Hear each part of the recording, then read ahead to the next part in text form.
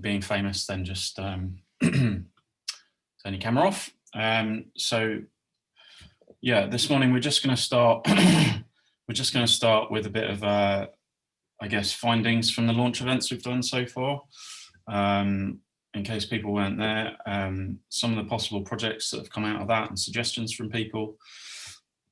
One of the things that was talked about before was having some sort of metrics, so measuring our kind of where we are now and how we measure our progress. So I just thought we'd have a brief discussion about that and some thoughts that I've put together on that. And then we'll kind of let you know where we are in terms of setting up our trust. We'll have a 5-minute break if we need it, and then there's a video we have of Huntly and District Development Trust, which is about a 25-minute video showing what they've done, and yeah, it's really interesting. So, and then lots of discussions. So yeah, if you've got questions, put them in the chat on the way through, or just yeah, raise your hand or whatever.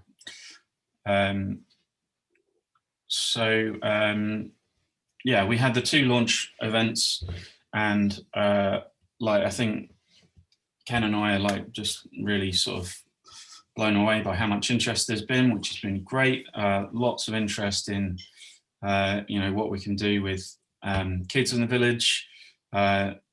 Surprising amount of interest in community gardening as a project, so that's great.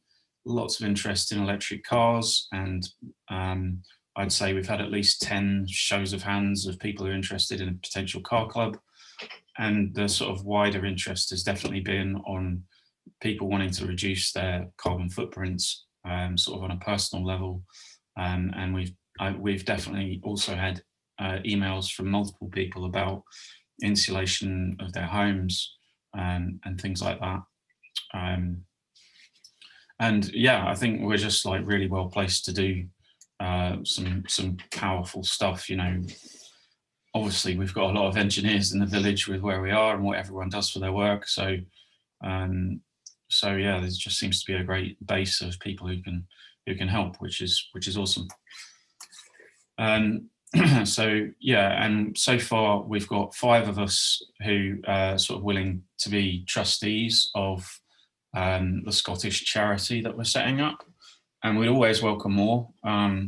So if you're interested, you know, there's no massive commitment. It's really just about having as broad a view as possible from the community. So yeah, we're four men and 1 lady at the moment, so we'd definitely welcome some more ladies onto the trustees as well. Just to talk, I guess, about suggested projects. I mean, yeah, we've had loads of suggestions from everyone.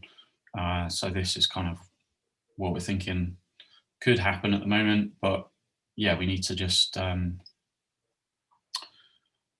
now start thinking about what's feasible and what's the best thing for us to do, and obviously how we fund it.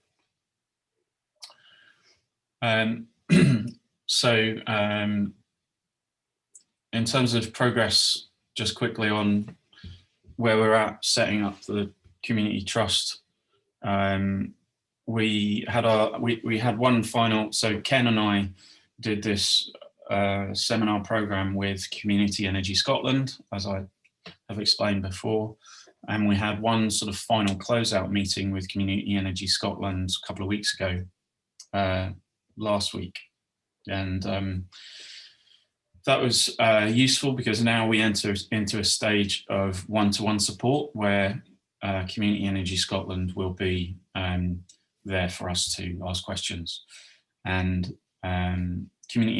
because we took part in this program with them, we get £2,000 of funding and 5 days of community energy staff time to help us with potential projects.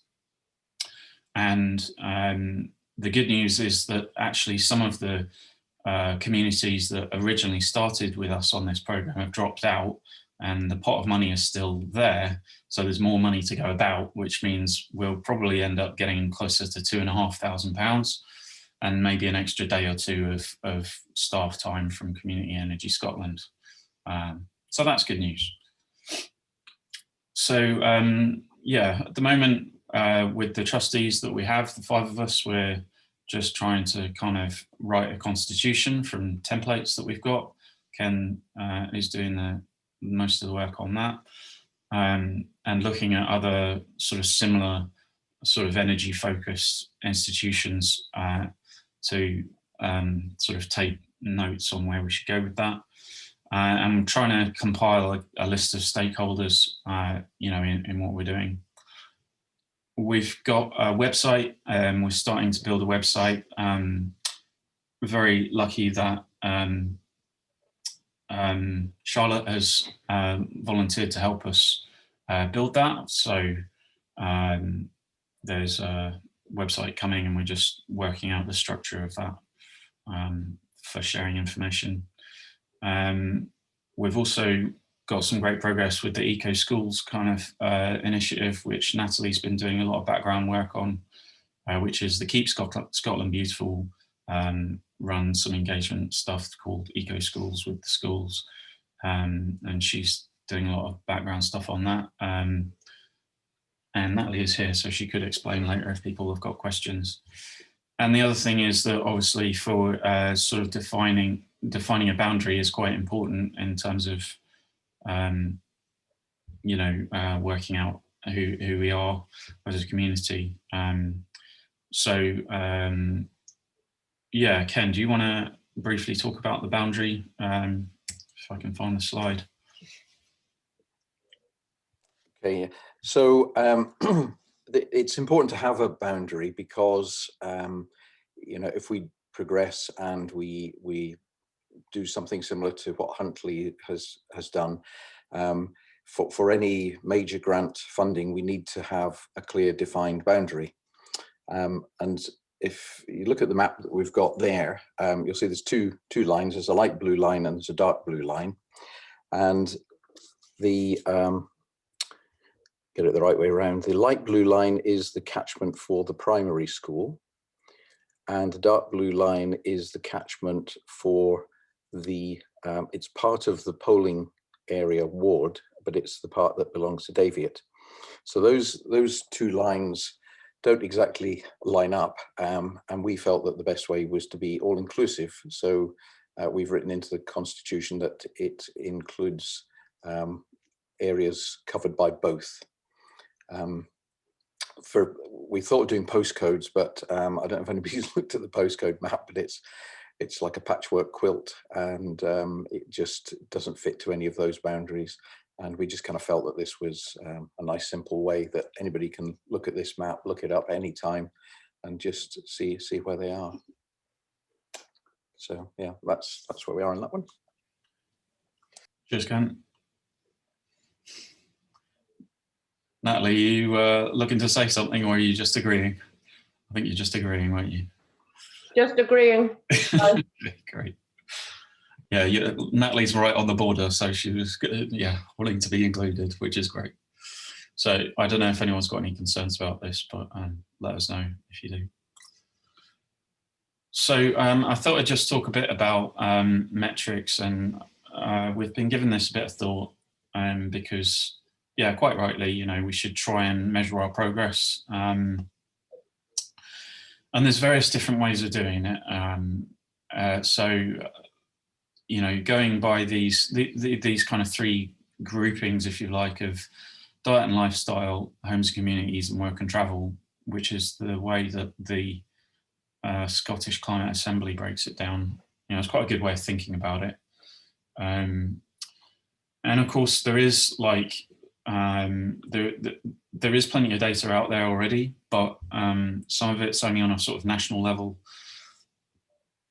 Some of it's on a Scottish level, some of it's on a UK level, and so how do we sort of make that relevant to us here in Daviot? And you know, so one possible way is to look at it per head, and so that's fairly well calculated. That the Scottish average is 10.3 tonnes of CO2 equivalent.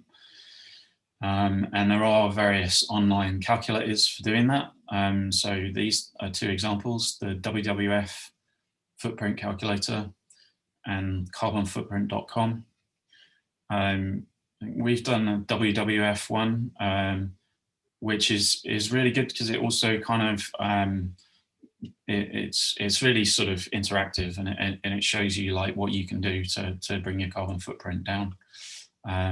And then this other one, carbonfootprint.com, is a bit more granular and a bit more detail. And yeah, like Willie's tested that one and found it pretty interesting. So and maybe other people have come across ones that are good as well, you know. But I guess, you know, we could do some sort of like yearly event maybe where we try and get as many people in the village to go out and record their carbon footprint and, you know, make it like an event. And I know someone suggested we hold some sort of zero carbon Davitt event each year, and maybe that could coincide with that. But yeah, welcome to suggestions and thoughts on that. But the other way of looking at it is potentially per household. You know, I think the per capita one is good in that this 10.3 really encompasses everything, whereas per household, it's a bit different where it won't include cars and stuff like that necessarily. You know, and you kind of think, well, could you go to the utility providers and get information from them? And with us being in a rural location, you know, you're never going to get kerosene data, and a lot of us are on kerosene and things like that. You might get electricity, but that's only part of the picture. But the other thing is the EPCs, so the energy performance certificates. So most of us have had an EPC for our homes, and all that data is available nationally. So I thought, you know, I'll dig into that and see what I can find out. And I'm going to go through a bit of that in a second. But of course, you know, we could also do household surveys across the village. But yeah, I really like the idea of maybe doing it through the schools and kind of doing it. Could the school run it as a little project to sort of say, right, kids, go and talk to your parents, find out what the bills are and work out what your carbon footprint is, that kind of thing. But yeah, we're really open to suggestions on that. But I'll just show you a little bit of analysis I've done. So the EPCs are there to measure energy performance, and I accessed the online database, and it's anonymized by postcode. So I was able to look at the AB510 postcode, which covers Davitt, but it also covers, I think, part of Kemney as well. So there's over 1,000 houses in this one postcode. So what I then did was averaged some of the data out for the fact that we're about 250 homes in Davitt. But this is the distribution, and it's important to say that not all homes have had an EPC. I know mine hasn't, and I know it would be really bad. So this is kind of average data, but this is quite typical for across the country, where, you know, Band A is the best performance. The bulk in here, the highest is in Band C, but I don't know. I think myself and Nick had a feeling that potentially Band D might be our biggest category. But anyway, that shows you the kind of distribution. But you know, obviously a Band G building uses a vast amount more energy than a Band C. So in terms of how much energy these different categories use,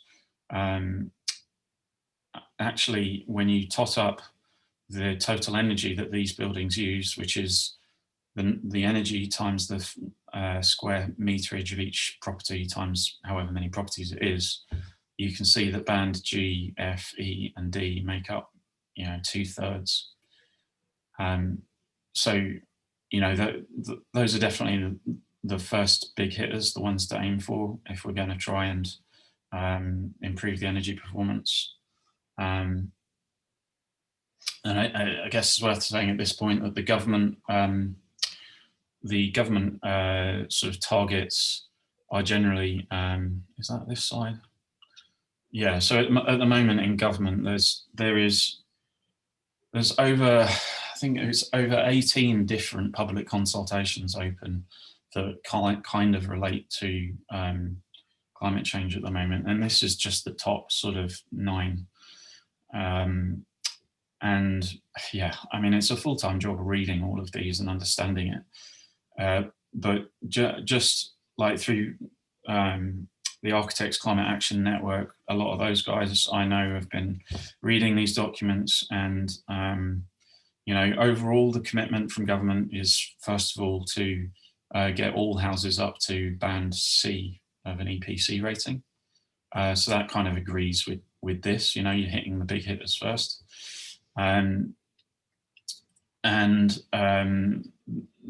There's absolutely no clarity on how that's going to be funded yet. It's all kind of aspirational political chat, but there's definitely the Net Zero Nation publication, the last one in the list there, is about how we as a nation, kind of Scotland, you know, deal with this. And there is a good community-led focus on a lot of this stuff, and there's also a really high focus on fuel poverty. So 25% of the Scottish population are in fuel poverty, which is where they spend more than 10%. No, I think it's more than that, on their household bills.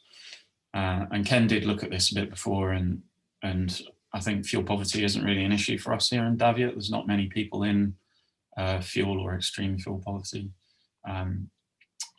So yeah.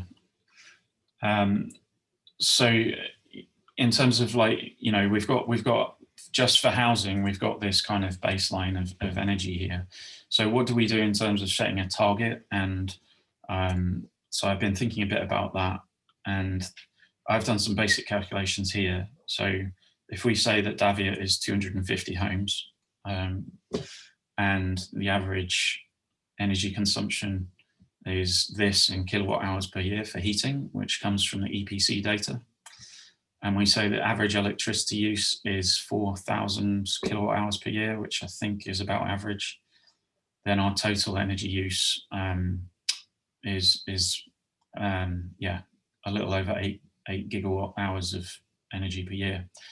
And so, you know, what if we said we want Daviot to be eventually energy self-sufficient? You know, how many wind turbines would we need for that? And if you take the Mackeys, they've got 3 of these turbines up on the hill there, the E48s, and they generate 1,200 megawatt hours of energy a year. So to do that, we'd need 8 turbines. A little bit arbitrary, but it puts it in context, I guess. And yeah, they're about £1 million each to get installed. So, and I guess when I'm explaining this, this helps with the kind of national context as well, because this is the same across the whole country. This is why we need to insulate homes, is because if we just switch to electric heating now, there wouldn't be enough energy in the grid, and certainly not enough renewable energy. So what happens if we retrofit our homes? Well, there's obviously different levels of retrofit, and it's worth saying that not all insulation is created equal. You can put a little bit of insulation in, or you can put a lot of insulation in. And so if we take the most sort of extreme of really insulating all our homes, then that would be equivalent to, I'm using here the Passive House standard, and there's a retrofit version of that standard called Enefit, which is not possible in all buildings. But just to give you a rough idea, if we could retrofit all buildings to Enefit, that would drop our total energy consumption to sort of, you know, a quarter almost. So yeah, I hope that helps in some way. You know, we need to obviously develop this and discuss it, and yeah, really interested to hear what people think about it. So yeah, that was about all I wanted to talk about on that. I don't know if anyone else has got anything, sort of any points. Should we just have a brief discussion at this point, see what people think about how we should be measuring our carbon? Or Stephen Canford from is there questions? paulprint.eco is another site. Okay, cool. Thanks, Steve. Paulprint.eco.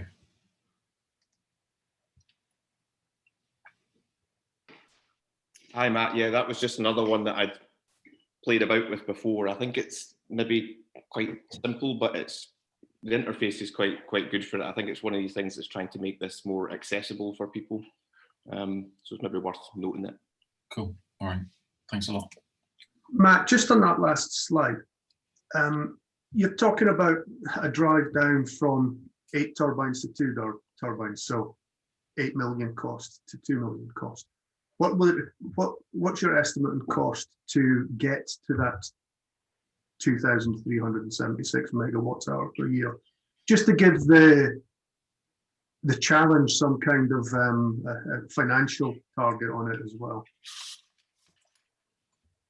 Yeah, that's a really good point. Yeah, I don't know actually. I haven't worked that out. You mentioned last time we were on, you were saying that if all the houses in the area were to insulate as well as they could, that the price could be brought down to around 70,000 per house. So on the basis of that, that's £17.5 million to do the insulation. So it's a little bit higher than the 8 wind turbines. So it's just trying to keep a picture in people's mind about cost benefit analysis and things like that. Yeah, good point, Greg. Yeah, I guess I have a tendency to think about, how we get to zero carbon the quickest. I think that number, Keith, was for the external company that does external insulation for terrace sections and stuff, rather than maybe what a home might need to do to improve, like a bungalow, for example, or whatever, wouldn't have to hit the 70k. Yeah, you have to work it out on a per square meter. It's so variable, wouldn't it? Yeah.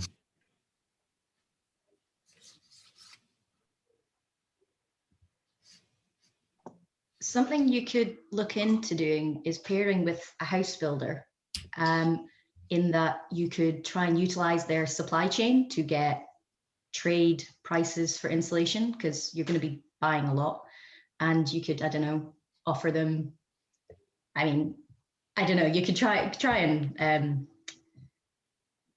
get it some out of a philanthropic nature or something, like out of Malcolm Allen, something like that. I'm not really sure. But there's ways and means to try and procure things a bit more thriftily. Yeah. That's a new concept, a philanthropic house builder. True. What optimism, I love it. I know. Gotta try. Absolutely, yeah. I guess, definitely there's going to be funding made available through government of some sort, although it's really not clear at the moment. What I have done is tried to make contact with an organisation called Retrofit Works, who let me see if I can see their homepage. They, not 100% sure what they do exactly yet, but I think they try and act as a bridge between communities and retrofit contractors. And so we've got a chat lined up with them in April, because they're so busy. But yeah, that'll be interesting to talk about funding models there as well. Yeah, and I know, there was another retrofit project in a community down south I was reading about, where they had financed the retrofit of their homes in a bulk loan arrangement, and they'd also managed to structure the loan such that it was attached to the property and not necessarily attached to the person living in that property. So if the person came to sell that house, the loan would sort of go with the house, the repayments on that loan. So yeah, there's lots of interesting funding models out there like that I think we need to investigate and find out.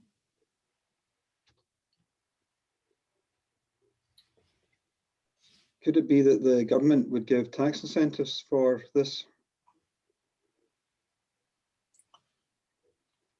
I think that's got to happen, yeah. I guess there's always the possibility that you're kind of leaving a black mark on your home by sort of incurring this sort of this debt in terms of efficiency to bring in a competitive market. If you're looking at two houses that are comparable, one of them has a high sort of environmental debt against it, you may be swayed by that in a competitive market.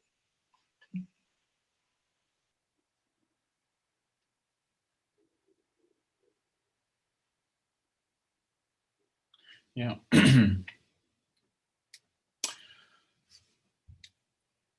Matt, quick question. Have you come across any community groups that have embarked upon an insulation retrofit at all? Because it's almost something which requires central government to be involved because of the amount of money and the difficulty, actually. I mean, every home is different, and whether you insulate externally or whether you insulate internally or whether you cavity fill, if they are cavity buildings, it's almost down to, especially in a place like Daviot where we've got so many different types of housing. Yeah. It's down to the individual house type. What is the best and most efficient method of doing it? I find difficult to get my head around how a community group could actually move something like that forward. Yeah, there are examples, and I think that the retrofit works is where I found one or two.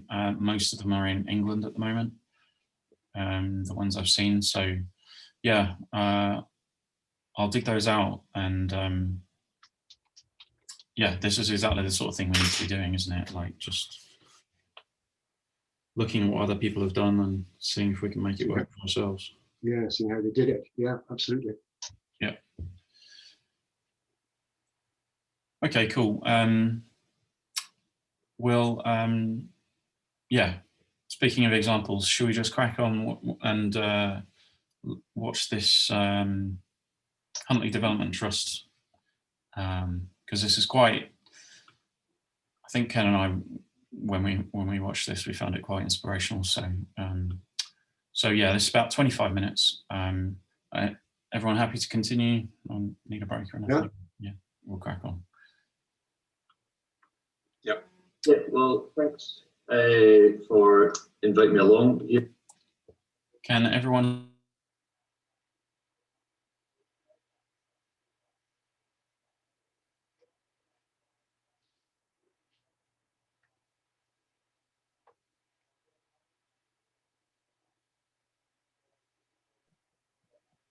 Not getting sound, Matt.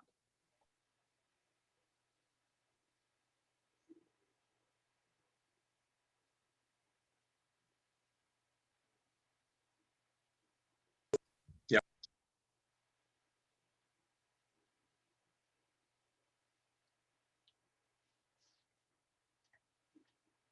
Yeah.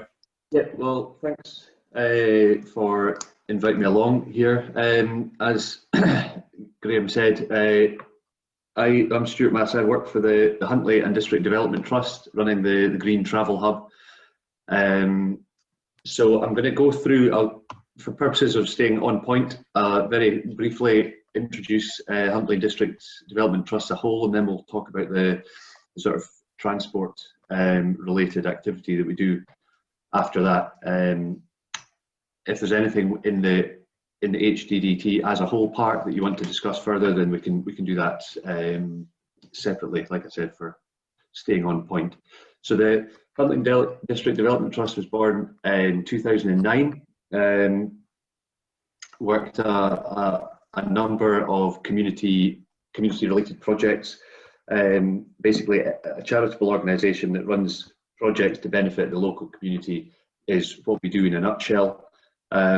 Although the projects were of huge benefit to the community, when we got to 2014, it was a crunch point for the trust, and we needed a sort of revenue generating project to continue, basically, and that is when we purchased Greenmeyers Farm, where we erected a wind turbine.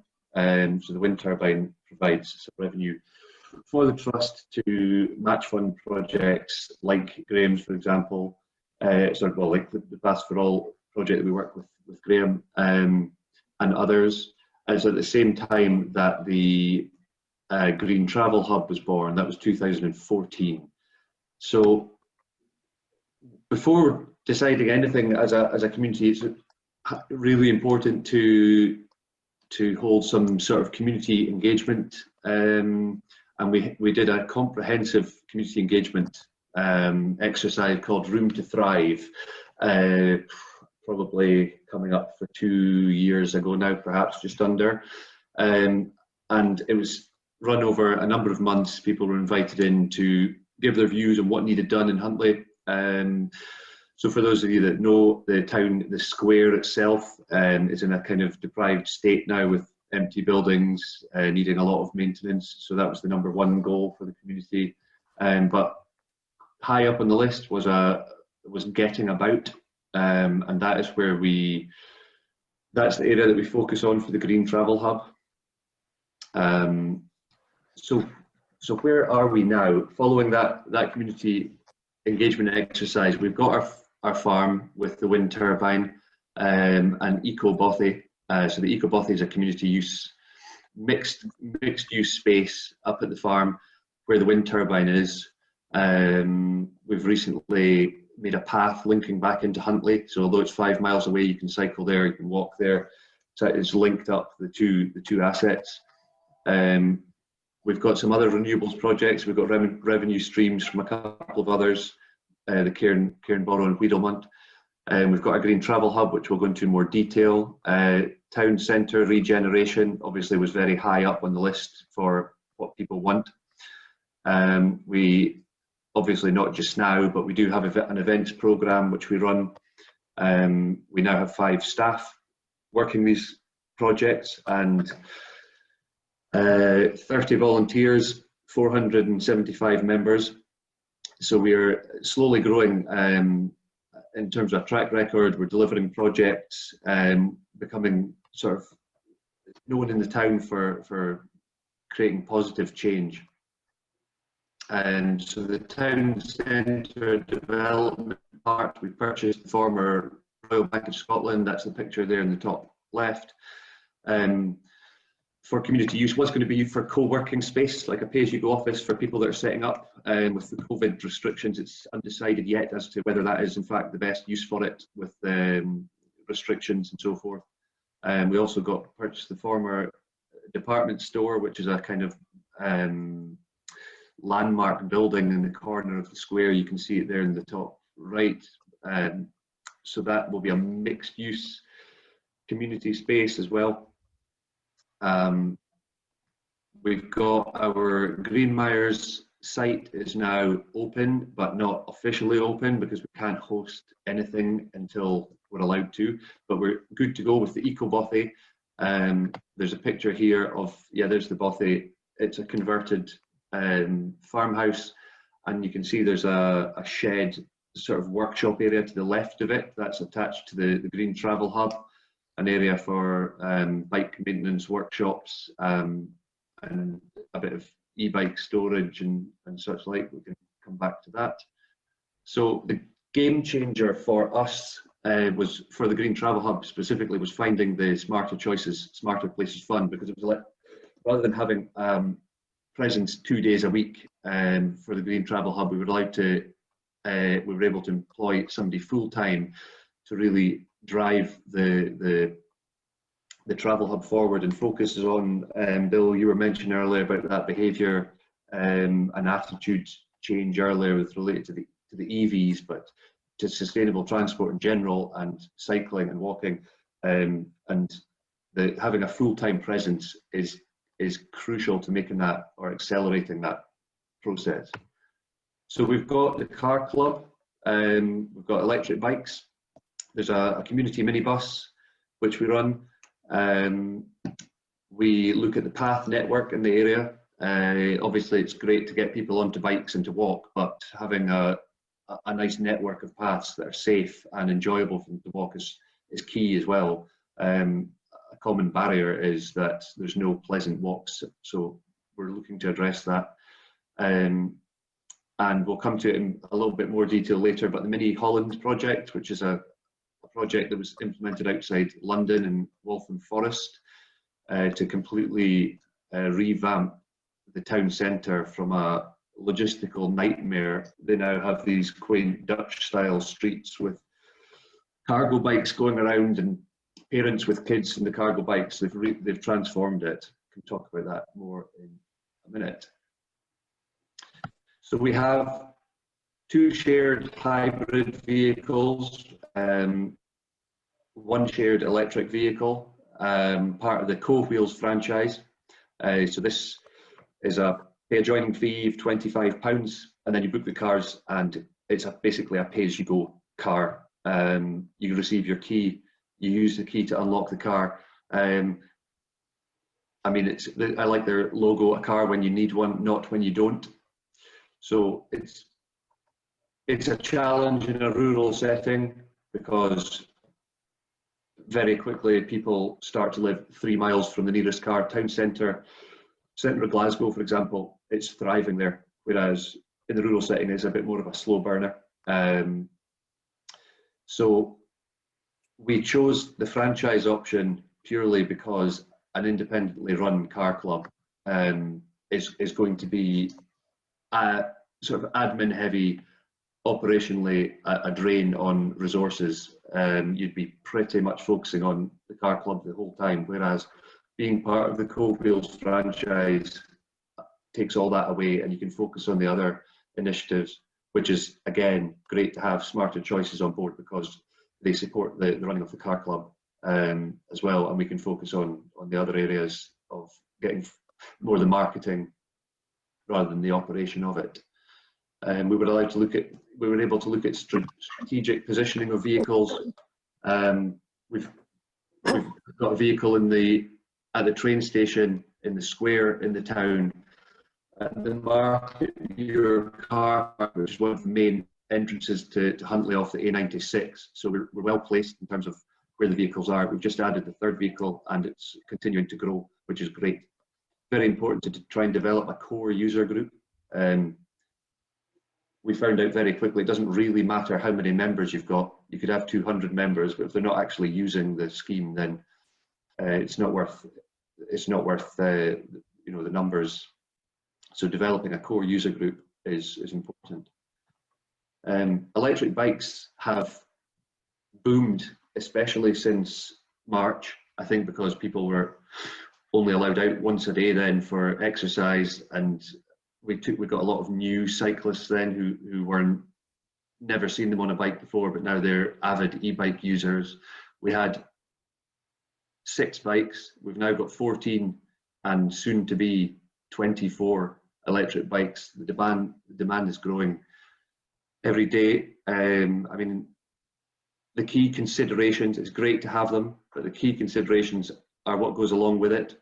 You need staff, or at least permanent volunteers who are committed to looking after it on a weekly basis. Certainly there's the maintenance and cleaning that goes along with it. Thankfully we've got the Bike Shack in Huntly, which is the local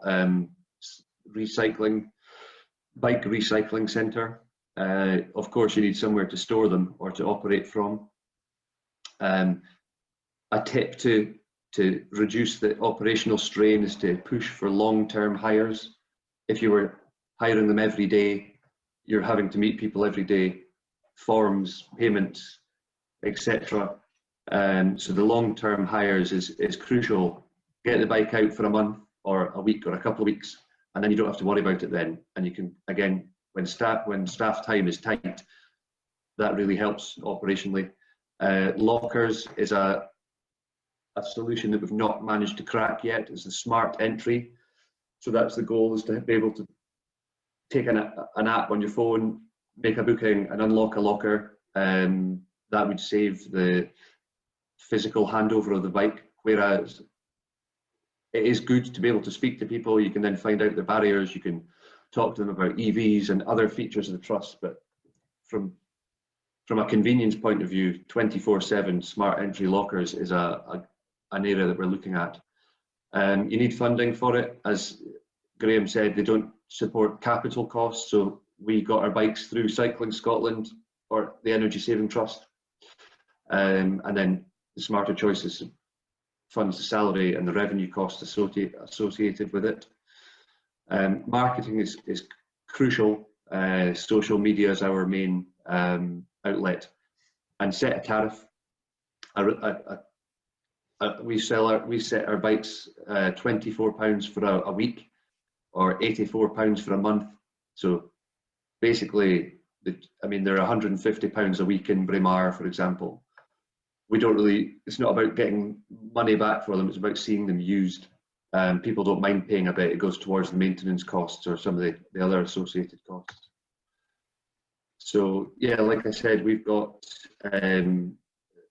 it's actually 14, soon to be 24 bikes. Things you can do to help out, to help push it along. Maps, so create route cards to give out to people. Look at lockers for the 24-hour access. We're currently looking at options for disabled cyclists also. It's a bit difficult because there's varying forms of disability, and to get adapted bikes, there's not really a one size fits all, if you like, but we're in discussions about that, making that part of our fleet. And there's also the interest-free loans, which we encourage people to use through the Energy Saving Trust as well, if they're looking to purchase a bike. Yeah, again, can't stress enough how important it is to look after the core users. You know, this lady in the picture here used to drive her own car. She was involved in an accident. While the insurance was going through, she signed up for Co-Wheels. She ended up not buying another car because she saw the value in the convenience of having a car. She only lives 5 minutes from it, so her and her son, that's all they use. Then she started hiring an electric bike. She's now purchased an electric bike, so that is the full package. You're looking to try and get people to go from owning a petrol or diesel vehicle to being a car club member with an electric bike as their secondary mode of transport, if you like. So that is our kind of goal, is to get people to make that change. And engage with the local press. We've got a good relationship with the Huntly Express, and Pat is great. She sort of writes articles for us on success stories. You know, on the right here, there's a couple who visit Huntly because they know we've got electric bikes for rent. We've got an annual cycling event, which unfortunately we weren't able to hold this year, but it's growing in numbers year on year. So use the local press and outlets to get people to make that change. Combined services. This all comes from feedback from the customers. They don't necessarily want to cycle in Huntly. They may want to cycle 50 miles from Huntly, Aviemore, for example. So we invested in bike racks. So now people can come, hire a car, take the bike in the bike rack and go wherever they want. Links in with our other initiatives as well. So you've got the town centre project, regenerating the town centre. In the town centre, you've also got transport. If you want to get out of the town centre, the bikes, it's all based there.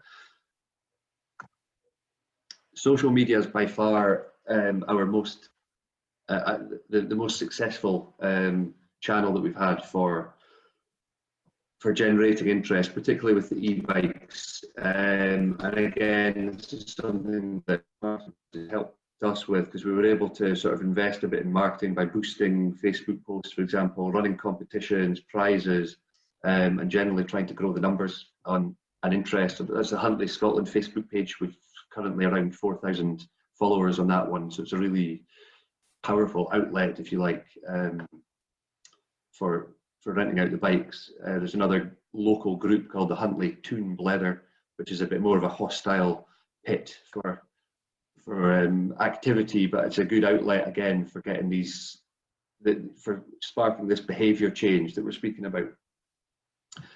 Yeah, following on from that, get out there. We've not so much now, obviously, but we used to attend and will do again farmers markets.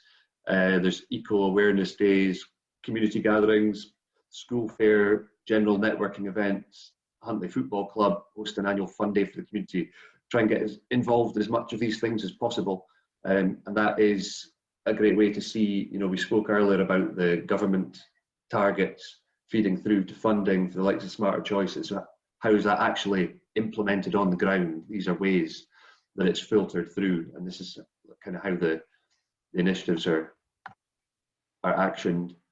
We have a path project, AB 54 paths. So this was done through Leader. We engaged with a consultant to look at the area as a whole. We had numerous 10, 12 community engagement sessions in Huntly and the surrounding communities, with large maps on the table, invited people in. They were drawing in green pen where they walk, red pen where they would like to walk but they can't, marking on where there's barriers for getting from one community to another, whether it be a field or a stile or that's broken.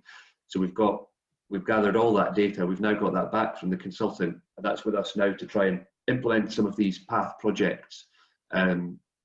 Again, as I said earlier, it's great having electric bikes, encourage more people to walk and cycle, but also backing that up with information about where they can go and how they can go, with some maps to go along with it. We're looking at setting up a website with the information gathered from the path consultant. Similar to, if anyone's seen, the Murray Ways have just launched their walking and path website. So something similar to that, where people can go on and filter whether they want to cycle, show a list of routes that are suitable for that. Again, an important way to spark that behaviour change in people, make it more convenient and easy for them. And the numbers stack up. So this is just a comparison from when we got the kind of Smarter Choices funding, and we were able to dedicate full-time presence to this. That's the car club usage on the left there, and e-bike usage on the right. You can see that Q1 2019. That's when we started the project with Smarter Choices, and we've continued to rise. And Q3 for this year is looking like it's going to continue to go up. So it really has been a success, and we're noticing that behaviour change in Huntly, particularly around people cycling for the kind of shorter journeys. So Smarter Choices, Smarter Places round 2. We've looked at a real pinch point in Huntly is around the school area.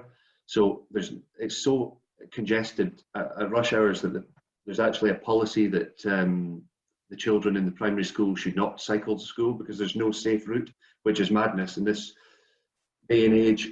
And you can see cars parked up on the pavement clattering through that archway that you see there in the morning. There must be 100+ cars go through there at rush hours. So we've done some surveys with the parents. We're looking at sort of changing attitudes there, barriers to why they drive. A lot of them only drive 5 minutes to get there. So that's what we're in the middle of doing at the moment. It's been hindered a bit when the schools were off and the restrictions hit, but we've picked that up again recently.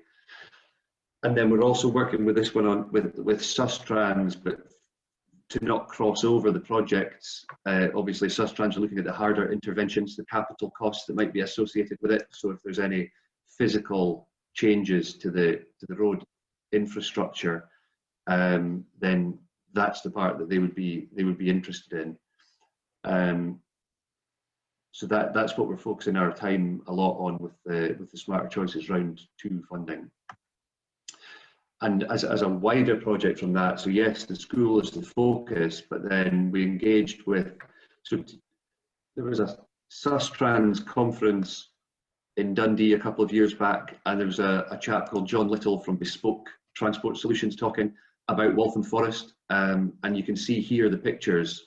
So this is transformed. This used to be cars parked on the pavement, near misses, dangerous crossings, particularly for kids around the school, crossing between parked cars. They've now transformed that borough of Waltham Forest, and it looks like it does in those pictures. So we contacted Sustrans and asked them, is there any reason why we can't look at a project like this for Huntly? You know, we need to increase the cycling and walking numbers, but it's not safe to do so in a lot of the streets. So they were very supportive of that, and we've engaged with Bespoke, who implemented this project in Waltham Forest. So they've already been up to Huntly to do a high-level report for us about areas that we could look at physical interventions in order to reduce the traffic in town, increase walking and cycling. Doesn't go without its challenges. I mean, a business owner automatically thinks that if a customer can't park outside the door, that they're going to go bust, you know. So there's going to be some polar opposite views on this one, but it's a challenge that we've taken on anyway, and we're progressing that one over the coming months. Community engagement will start as soon as we find a way to do it. Obviously, we can't have open sessions, so we're looking at online methods of that to engage. So I guess, well, sorry, this is one more slide. So we've got the town centre of Huntly here in orange at the bottom of this map, and this whole green space at the bottom. That's where you've got the cricket club, the football club, the schools, the golf course, the Nordic ski centre. So we've got a project of how do we, these are very fragmented organisations, and there's a lot of overlap and duplicate work going on. So we're looking at how can we link up some of these organisations in terms of how they operate, but also how do we link them up with infrastructure. And that's where this Mini Holland project focuses on as well. It's great to have local amenities, but having a pleasant route where you can cycle or walk there is just as important. Otherwise, you're just going to encourage more vehicles to go to these places. So there's certainly lots going on, and like I said, it's been great for us since we've engaged with Smarter Choices, Smarter Places to really bring the green travel forward in Huntly, and we're noticing a huge improvement in the year and a half since we started these projects, and growing enthusiasm, which is great. So thanks for listening.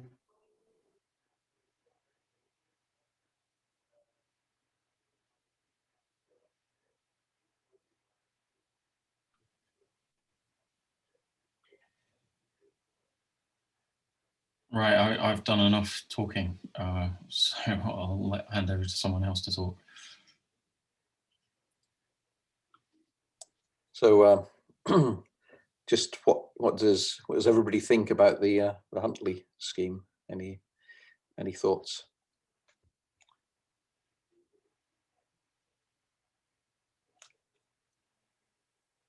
I think it was very impressive. There was a lot in there, and a very, very wide remit, which was interesting.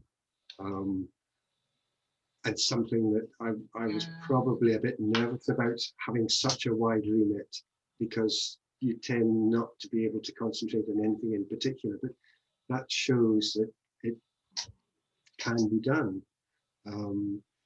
which I find very interesting actually, but that's all to do with commitment, I think. I'm not sure if it was clear from the chat there, but there is this charity support or funding group called Smarter Choices. And so they were very, very helpful in supporting them, because they can't give them capital funding, but they can provide, money for funding staff. And I think that's possibly how they've managed to be so diverse, by not having to worry about everything, and it's been tremendous.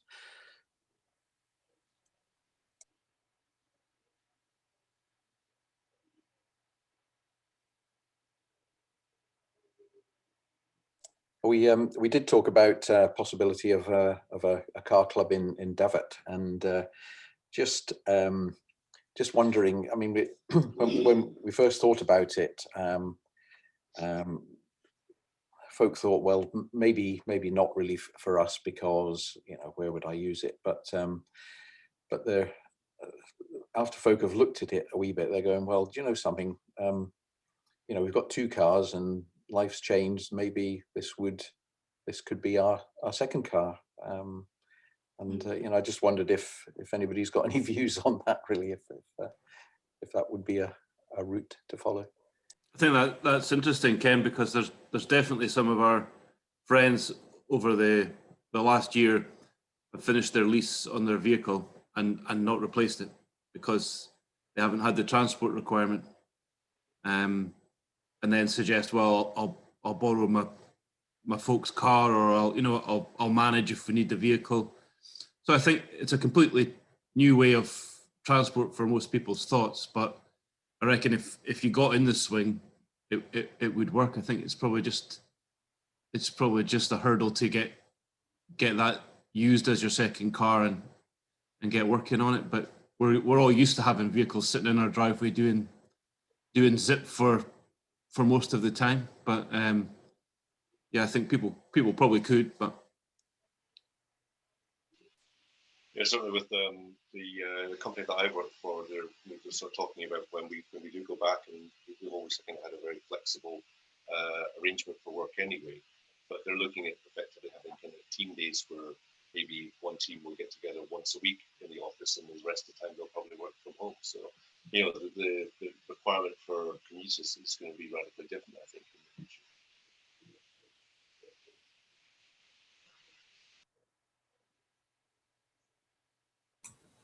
Does anybody know if there's an existing franchise of Cool Wheels in Inverurie or anything that we could also talk to? Because I think Daviat being the size that we are, and listening to what Huntley was saying about getting the number of users up, are we going to have enough users to justify setting up our own franchise? Or is there an existing one that we can piggyback on or join with, or become a remote user of that? I think it's pretty successful in Aberdeen, so I don't know, like you say, are we too far away to be a satellite of that? I don't know, but I haven't seen them in Inverurie as yet. No, I don't think so. I think you're absolutely right, but they would be the people to approach it, because they will have information on terms of viability to do with density, and that's really the potential problem I think you've highlighted. Because, for example, in the estate where I am, and there's a car in Daviat, for me to go and walk to it, is half an hour. So probably not something that I would be interested in personally, but it depends on how many people are within a very short walking distance of that, and Cool Wheels probably have that information. Yeah, so electric transport and car clubs was going to be one of our next sessions. So yeah, we'll see if we can get someone from Co-Wheels, and we'll see if we can get some I think data. Yeah, and just on another one, I think it's possibly a way of getting the youngsters involved around using car shares, because they're not the ones with the cash to go and purchase the cars. I think most of us around this call just now probably we're owners of cars, whereas our teenage kids, we want them to get themselves sustainable at some point. So maybe that's the kind of target audience that we also want to look at, because they're not as slow as us, Mick, for walking into the centre of Daviat. I thought it was really interesting what they were saying about the lady who now has the co-car that she uses, and her second vehicle is an e-bike, because for a lot of us, if you just want to go to Inverurie, then e-bike is, if it's nice weather, that's a really good alternative solution to have. So I've never even thought about using an e-bike before, partly because there isn't the safe roads to get to. So I worry about 4 times in living here, but I'd never really thought of an e-bike as actually a useful transport option before. And if we head in that direction, I think that might be something again to get other people, non-drivers, younger people on onto the or involved in the group anyway. But yeah, if it is that you just need to go to Inverurie, maybe you don't need a car. Maybe you can just have a with a, you know, on the back to put your shopping in or something. I think there'll be a lot more use of an e-bike to, you know, to start with anyway, you know, than a car. But I mean, you know, it depends on the whole community coming together and decide, you know, see what people think, who, you know, how many people would use a car, how many people would use a bike. But I think bikes, to be honest, would be more attractive to a lot of the village. And it's really hand in hand with trying to do something with the paths network, which is ongoing and bigger. But I think that it helps having a few groups working towards the same requirement, whereas it's been struggling right now. So I think yeah, if we as a group wanted to get access to and from Meldrum and Inverurie safely, then that's another force to try and persuade people to get that in place, you know. But I think that was a good idea, what they said in the Huntly thing, that, you know, they got together and said, where do people want to go? Because I think that's a massive starting point. And as you say, you know, a lot of us know the landowners that will be in between these places, you know, and, you know, approaching people, seeing where we can go, where we can't go, you know, starting off with, you know, say if there's paths that you can use, people will use them, you know. So if there's one that can get us safely, you know, to Inverurie or Meldrum, you know, for the shops or for, you know, whatever, leisure, whatever, you know, that's definitely a massive plus for getting e-bikes and stuff. Yeah, that's absolutely true. I mean, a couple of years ago, we invested in e-bikes, and during lockdown, first lockdown last year, we cycled all over the place. We cycled to Meldrum, to Inverurie, because the roads were quiet. But I certainly wouldn't be doing it now. I think the great many roads around here. I mean, I cycle, you know, recreationally, and you know, you very, very seldom come across traffic unless you're going to Inverurie or Old Meldrum, and that's where you come across the bottlenecks. And I mean, you can pretty much go for. I commute from here to Kings Wells as well, and the only place I actually have a snarl up is not so much actually. So if you travel from here towards Lethenty and then up onto the Burty Hill and then down the Meldrum Road, that's actually pretty good because you're going downhill. But on the way back, you've got to do that long slog up the hill. And that's where you get a lot of traffic and so on, and you feel like you're in the way and so on. That becomes a little bit less comfortable. But otherwise, it's actually pretty good. I'd say that the ride from Daviot to Old Meldrum is actually easier on the Poppy Road because people can see you ahead of time and so on. It's actually a fairly easy ride to do that one, and you're never in the way of anybody as such. Willie. Yeah, I think I got somebody next to me who would disagree with you on that road because she nearly got bounced off by this. Was it a school bus? It was a school bus, yeah, that was going up to Old Meldrum. But I mean, it was terrible driving, and that was probably 25 years ago when I was going up. I thought, yes, the healthy thing to do. I'll just cycle up to Old Meldrum, but no. You have to assume a dominant position on the road so you can't get past it. But also, you know, even the back road there, or down onto the Rothinorman Road as well. You know, you just get lorries that can just be coming past you too close, and you know, cause a horrible draft that pulls you out. I mean, it's just ghastly. It really is. So, safer paths. I mean, how wonderful would it be for the children to be able to cycle to Old Meldrum if there was a nice safe path for them to go on? But I wouldn't be happy on letting them go on the Colby Road just now to cycle to school. It just wouldn't be on. Yeah, Sustrans has the definition that has to be a safe path if it can be navigated by a child of 12 years or older, unaccompanied. So Mm. and there is no route at the moment. Willie Sinclair, do you want to unmute yourself? You're just muted at the minute, Willie.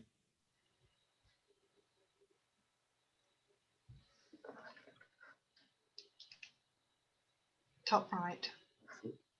Yeah, okay. I was just going to say that the Meldrum Paths group are now going to be contacting the landowners between Old Meldrum, Davitt and Inverurie with a view to highlighting the fact there are now new grants available for various things, including access. And Gary Oliver, who heads up the Meldrum Paths groups, going to be contacting the landowners in the next month. He reports to the Community Council on every Community Council meeting about progress, so we'll hear how he's getting on next month, or this month, I should say.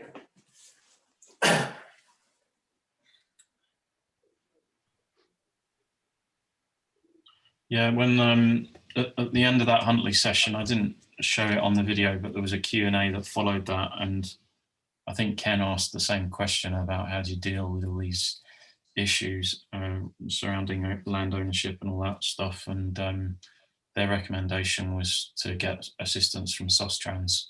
And David, I mean, the Meldrum Paths group has spoken to Sustrans already, I think, haven't they, Ken? And you've had a couple of emails with them. Yeah, I don't know how actively they've been speaking, but we've got a link with Sustrans. We're already in dialogue with them, because clearly what we would need would be a safe route to join the Inverurie Meldrum pathway, because we can cycle on back roads from here to Lethenty, and there we could pick up the route that goes either to Meldrum or to Inverurie. But that's the sort of blocker at the moment. So, you know, Sustrans are currently deliberating what they can do to help us. We've not heard back yet.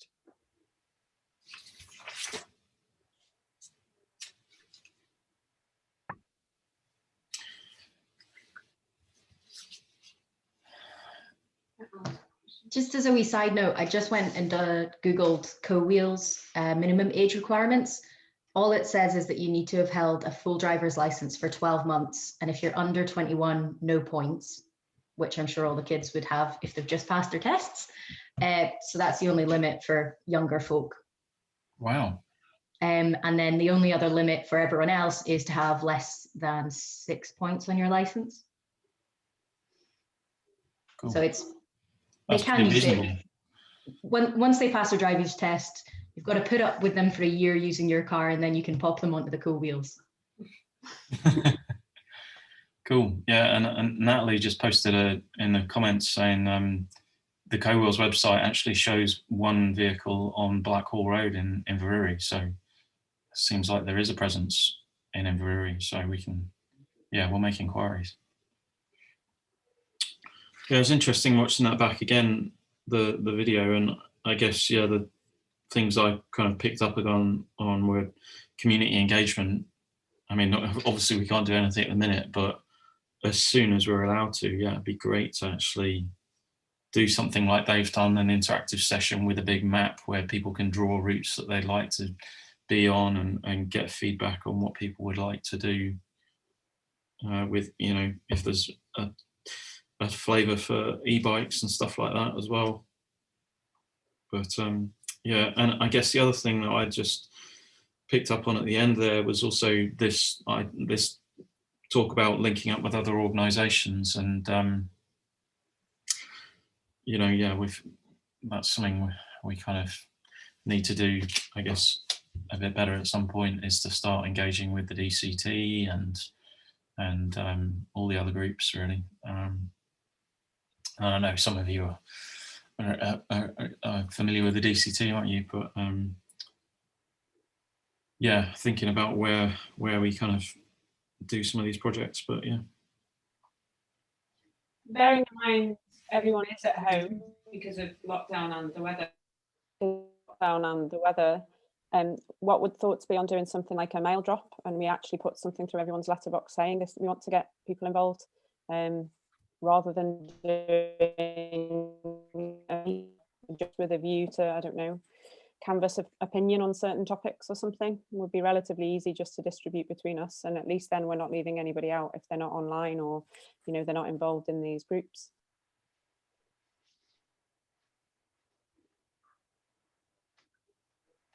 Yeah, and I think we have to remember not everyone's got access to computers as well, so or internet, so that covers that, Lucy. I think you're right. If we just had, if we could agree what we want to canvas people on, it should be relatively easy to put something together and distribute, I would have thought.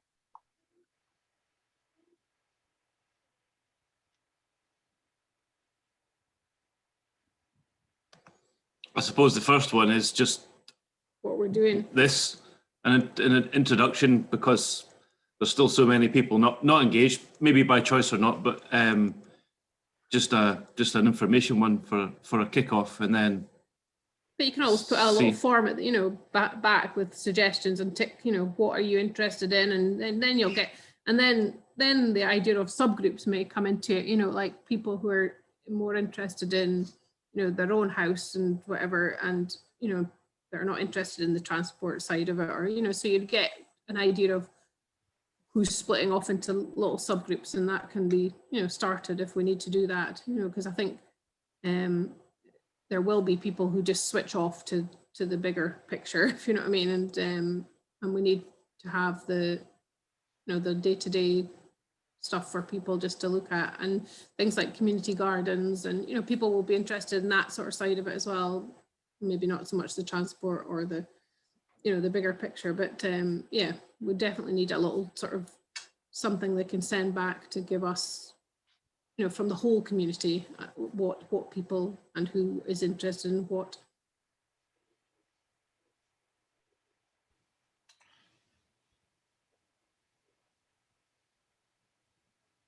Yeah. Yeah, definitely.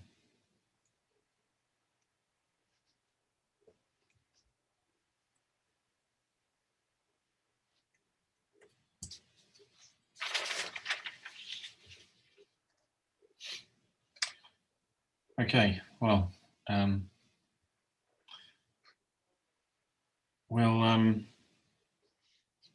yeah, I think that's a good thing to sit and think about. We'll come up with perhaps a questionnaire of some sort that could be online as well as potentially printed, and yeah, cool. So I don't think we've mentioned anything about stakeholders, but I suppose that's probably the next thing we need to do, is to really kind of identify where that boundary on the map, you know, who's within it, and where we would do our leaflet drop. Yeah.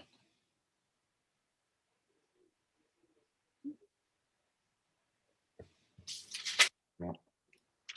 So I'm not sure how you do that nowadays, and still keep on the right side of the GDPR.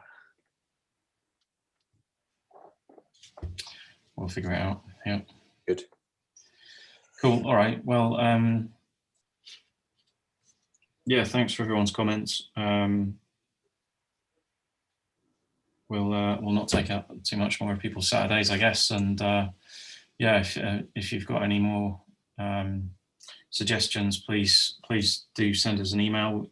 We're getting pretty much 1 or 2 or maybe 3 emails every week. So yeah, please keep them coming with suggestions, and I'll continue to collate them all. But yeah, we'll so we've kind of decided we'll try and do this every 2 weeks, and I'm going to try it and sort of put out a program of all our upcoming events. But loosely speaking, I think in the next one in 2 weeks, Ken and I were going to go into a bit more depth about all the other topics that Community Energy Scotland taught us about. The week after that, I think we're going to look at electric vehicles and car clubs. And we'll maybe throw e-bikes into that discussion as well. So yeah, we've already got a couple of willing volunteers, people who already drive EVs, to sort of share their experiences. And I can't remember what the events list is after that, but yeah, we'll send something out. And yeah, if you've got any things you want to want us to cover, then let us know. So Murray's just had a question. yeah, Murray, sorry, go ahead. In the presentation, there was the guys for Huntly. They never mentioned anything about what you were talking about earlier with insulation of homes, and it just seems to be concentrating on that aspect. Is there anything they've done on that? Because they've seemed to have been up and running for a long time. Is that something you could? Yeah, I'll find out. Yeah, you're right. They didn't say anything about that. I mean, I think, yeah, theirs was community focused on making Huntly a better place, not necessarily entirely focused around being a zero carbon community. But because, you know, the big driver behind the wind turbine for them was that it created an income that allowed them to do other projects. But yeah, it's worth asking. Yeah. Yes, I think Matt's right there. Their emphasis for Huntly was, as they said, they got to 2014. That's right, and they just needed some more dosh to get things going, and that's where the wind turbine came in. So I think their emphasis, because of the grant funding, has sort of moved towards energy savings stuff, but I think they're quite interested in hearing from us about insulation. So you know, we have kind of promoted that idea. The funding they got, though, they managed to get funding to buy the farm. They got land grants for that, and then after that, they also got bank loans and grants for putting up the wind generator. So they bought the land. I think it was 340,000. And then the wind generator and all the infrastructure they needed for it was about, was it 1.8 million, I think, something like that for theirs. But it gives them an income stream of somewhere around about £3 million over the next 10 years. Surely they go hand in hand though with the it's not just about saving money, is it? It's or being self-sufficient. It's about reducing your footprint. Yes, absolutely, and that's where we are coming from. But I'm just trying to explain that Huntly really started from a different premise, in that their town was just crumbling and decaying, and they wanted to revitalise it. So they started from a slightly different aim than we are. But I think they're more coming around to the overall energy saving. Thanks, because they were on the same webinars as Matt and myself, you know, on this Community Energy Scotland, because they want to improve their carbon footprint as well. And their scale, Huntly's big. Always forget when you drive past, Huntly's a big town. Yeah. So to run a project for homes is quite difficult and a big process. Nick, sorry, you had your hand up. Yeah, thanks. I think it's very important also to identify things that are achievable. And on your website that you're creating, it'd be good to identify local produce suppliers. So for example, there's a lot of CO2 miles on food. And if we can have something that's achievable in the short term by purchasing food from local farmers. I know that Mackie's exist, but I've never been down there. I've no idea if they've got a shop there or not. But if they had, then that might be useful. And that might be, it might be that through this local, well, we're not really a pressure group, but through this group, we might be able to put a bit of pressure on them to provide a shop so that there is less food miles. And of course, there's many farmers within the area that are growing tatties and carrots and you name it, and even meat as well, lamb, beef. I think it's important that if we can buy local, we should buy local. And that could be a good point, or one of the tabs on the website for local food supplies. Yeah, thanks. On the local food front, an interim thing you can do is the greengrocer.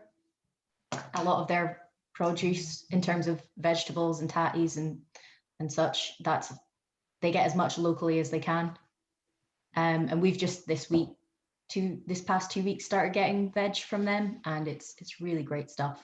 So for an immediate way to help yourself if you want to, that's available, but definitely a good thing to look into. I was just going to ask the question about, obviously Daviot's got community land. I don't know specifically where or what's available, or if anything's to the side of the village, but is there anywhere suitable that the community already owns for cutting a cost down for if you wanted to go down the wind turbine route? I don't know the answer. It was just something to ponder. Yeah, I mean, the biggest one to me there is the DCT obviously own a good chunk of land, but we need to engage and find out more, and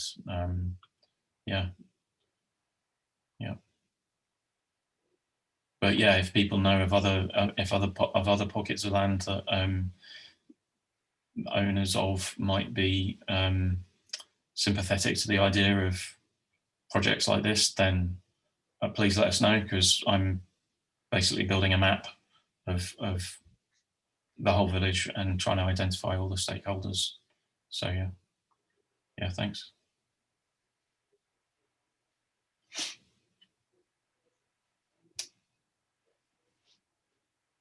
Yeah, Natalie's just posted there. Vital Veg is a farm 18.5 miles away that delivers veg to our door. Yeah, okay. I think, yeah, a few people have used Vital Veg actually. Thanks, Natalie. Cool. Yeah, is everyone happy to sort of wrap it up there, or great. All right, thanks all for your input. I hope it was useful. And yeah, just keep sending us your sort of interests and ideas, and we'll see you again in 2 weeks. Excellent. Yes, thank you very much indeed. Thank you. Thanks. Nice to see you all. Yeah, bye. Bye.